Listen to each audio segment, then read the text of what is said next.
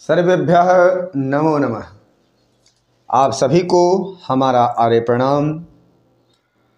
आइए अपने कक्षा की शुरुआत, अपने विद्या अध्ययन की शुरुआत मंत्रों से करें। ओम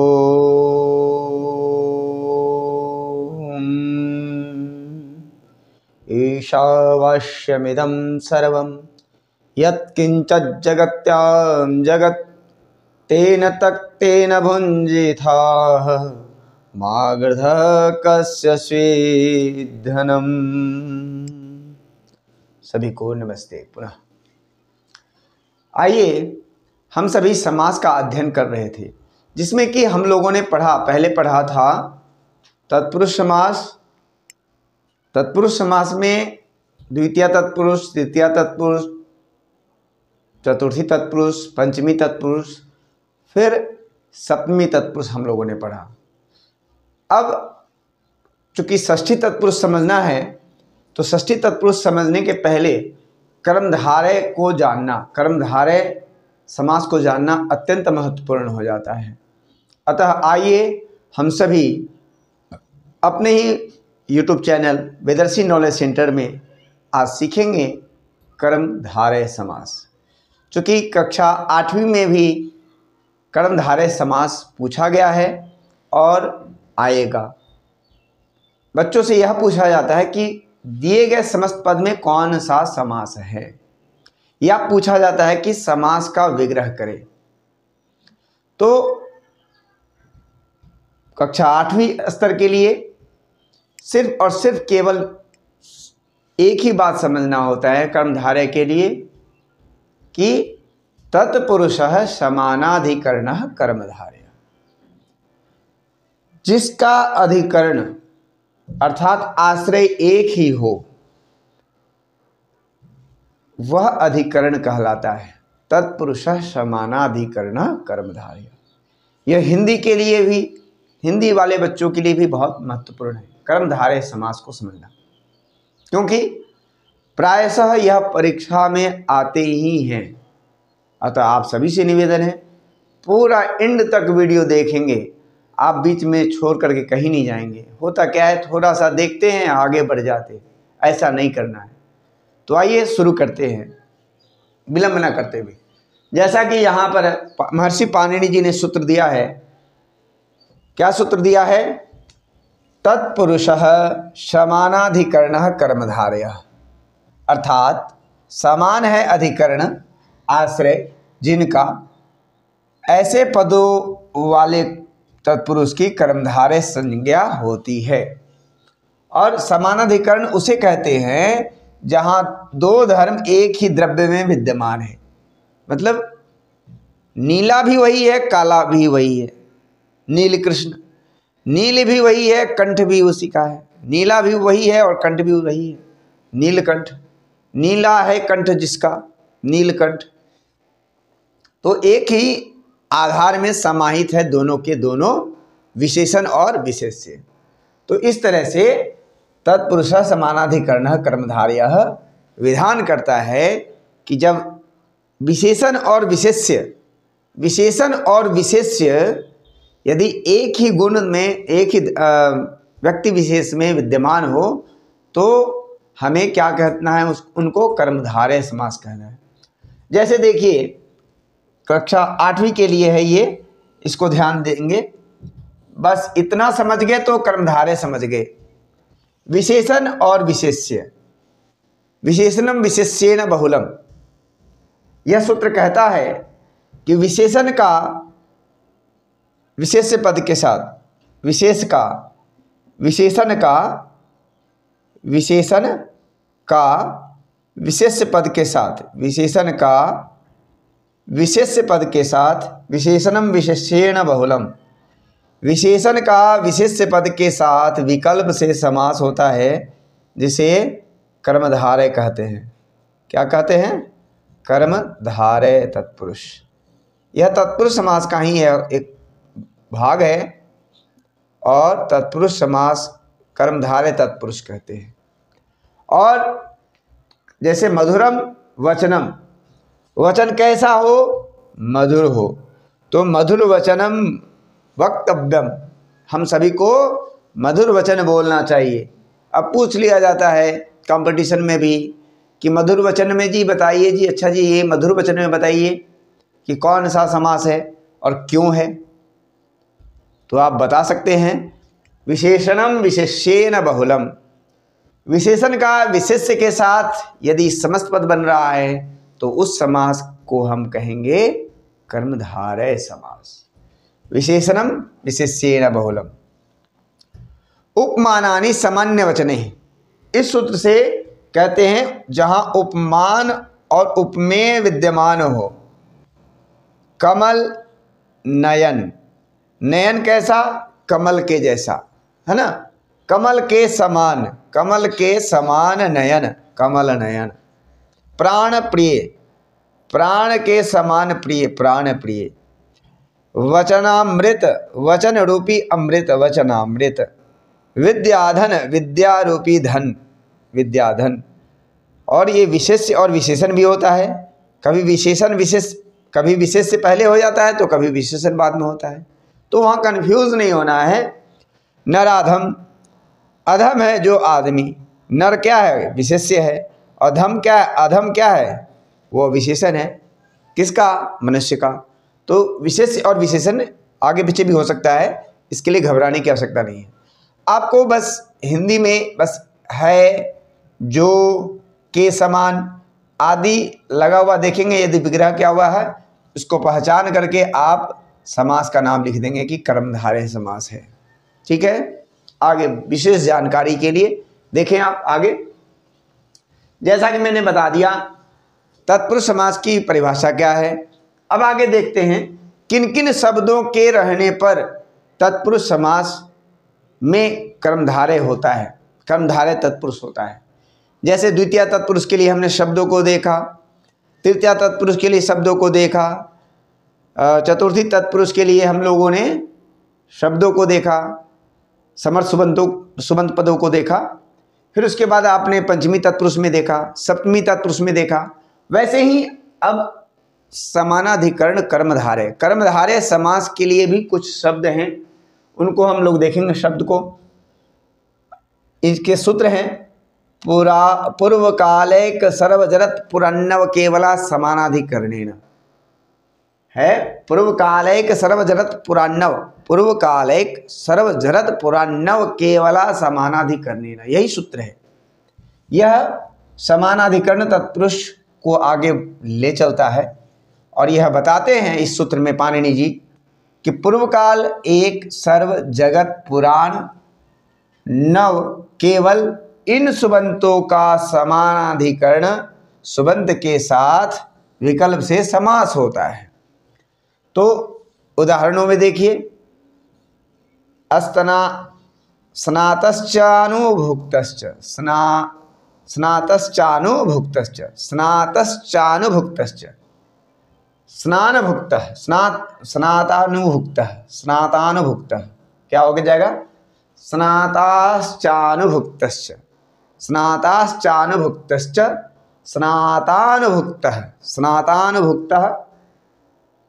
पहले स्नान किया फिर भोजन पाया, ठीक है ना, पहले स्नान किया फिर खाया, तो इसको बोलते हैं हम लोग एक शब्द में। इतने शब्दों को देखिए, इतने शब्दों को एक वर्ड में हम लोग कहते हैं, यही समास पढ़ने का फायदा है।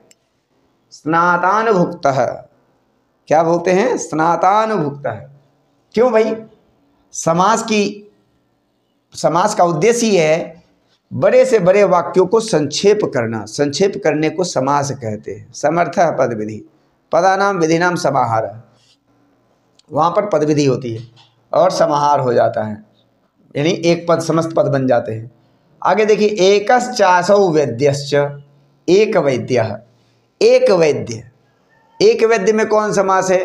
तो बच्चा लोग लगा देगा क्या, द्विगु समास है, संख्यावाचक है। लेकिन नहीं, संख्या पूर्वक द्विगु होता है ना, परंतु यहाँ पर ये द्विगु समास नहीं है। क्या है? तत्पुरुष कर्मधारय है। ठीक है, एक ही और एक ही वैद्य है। एक भिक्षा, एकश्चासौ भिक्षा च, एकश्चासौ भिक्षा च, एक भिक्षा। सर्वे च ते मनुष्याः, सर्व मनुष्याः, सब मनुष्य, सर्व मनुष्याः, सर्वे च ते देवाः, सर्वदेवाः, इसी तरह से जानेंगे। अब पूर्वकालिक, देखिए यहाँ हमने पहले क्या पढ़ा, पूर्व काल पढ़ लिया, ये पूर्व काल का था, पूर्व काल। फिर उसके बाद हमने देखा सर्व, पूर्व काल, सर्व, पूर्व काल, सर्व, जरत, जरत मतलब होता है जरा, जर मतलब जरा मतलब बूढ़ा। तो जरंश्चासौ हस्ती च जरद्धस्ति, बूढ़ा हाथी, जरद्धस्ति। तो यहाँ पर जो जरद्धस्ति कैसे बन गया, जरद्धस्ति जो बना है वहाँ पर ह को ध हो गया। आपको व्यंजन संधि मैंने पढ़ाया था, वो सूत्र है कि झयो हो न त्रश्याम, उस सूत्र से हो जाता है। आपको व्यंजन संधि में हमने आपको बताया है। चलिए आगे देखते हैं। जिन लोगों ने व्यंजन संधि नहीं देखा है वो व्यंजन संधि देख लेंगे, संधि प्रकरण भी पढ़ाया मैंने। तो विशेषणम विशेष्येन बहुलम, आगे देखिए यहाँ कहाँ थे, यहाँ जरंश्चासौ हस्ती च जरद्धस्ति, बूढ़ा हाथी। अब आगे पुराण, पुराणम च तदन्नम च, तदन्नं च, पुराणान्नम, पुराणान्नम है ना, पुराना अन्न। आगे पुराण नव, नव देखिए, नवंच तदन्नम च, नवान्नम, पुराण नव। केवल, केवलंच तदन्नम च, केवलम, केवलान्नम, केवलम च तदन्नम च, केवलान्नम। अब यहाँ पर संधि हो गया और के साथ, है ना, केवल और अन्न के साथ में। वो आपको मैंने पहले ही बताया था कि जब समस्त पद बनता है तो ये समस्त पद है, और समस्त पद बनता है तो क्या होता है, याद रखिए, विभक्ति का लोप हो जाता है और ये दोनों समस्त पद बन जाते हैं। ठीक है। और ये देखिए केवलम च, केवलम च, केवलं च तदन्नम च, केवलान्नम। ठीक है, केवल अन्न। तो इस तरह से आपने देखा पूर्व कालैक सर्वजरत पुरान्नव केवला समानाधिकरणेन। अब आगे देखेंगे विशेषणम विशेष्येण बहुलम, विशेषण का विशेष्य के साथ बहुलता से क्या हो जाता है, समास हो जाता है। तो उसे ही कर्मधारय तत्पुरुष समास कहते हैं। ठीक है। जैसे मधुरम वचनम मधुर वचनम, सर्वे लोकाः सर्वलोकाः। आगे है अक्तेन नय विशिष्टेन नय, अक्तेन नय विशिष्टेन नय। अक्त प्रत्यांत शब्दों के साथ भी, अक्त प्रत्यांत पदों के साथ नय से भिन्न अक्त प्रत्यांत, प्रत्यांत पद का समास होता है। नय से भिन्न, यानी नय से भिन्न मतलब अनय। जैसे अब देखिए उदाहरण में कृतं च तत् अकृतं च, तो नय से भिन्न हो गया, नय से भिन्न। देखिए कृतं च तद अकृतं च, तो नय से भिन्न हुआ ना, नय से भिन्न, नय मतलब नहीं। ठीक है। अकृतं च, किया भी और नहीं भी किया। ठीक है, किया और नहीं किया, तो क्या हो जाएगा, कृताकृतम, दत्ता दत्तम, दत्तम च अदत्तम च, दत्तम च अदत्तम च, दत्ता दत्तम।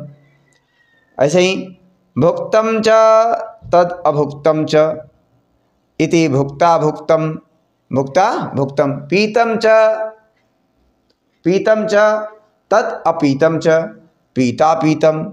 इस तरह से पीता पीतम हो गया। तो ये क्या हो गया, क्या हो गया, ये तत्पुरुष कर्मधारय तत्पुरुष हो गया। क्या हो गया, कर्मधारय तत्पुरुष। क्यों हो गया, क्योंकि कहता है सूत्र हमारे पाणिनि जी कहते हैं अक्तेन नय विशिष्टेन नय, अक्तेन नय विशिष्टेन नय।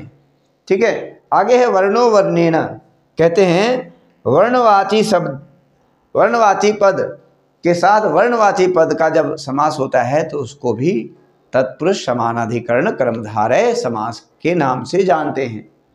वर्णवाची, देखिए वर्ण मतलब रंग, नीलश्च सलोहितश्च, नीललोहितः, नीललोहितः, नीलश्च तद्लोहितश्च, नीललोहितः, नीललोहितः, पीतश्च, पीतश्च सधवलश्च, पीतधवलः, पीतधवलः। अब आगे समझ गए, ये वर्णोवर्णेन समझ गए। आगे है पूर्ववत कर्मधारये, पूर्ववत कर्मधारये जातीय देवीषु, पूर्ववत कर्मधारये जातीय देवीषु, पूर्ववत कर्मधारये जातीय देवीषु।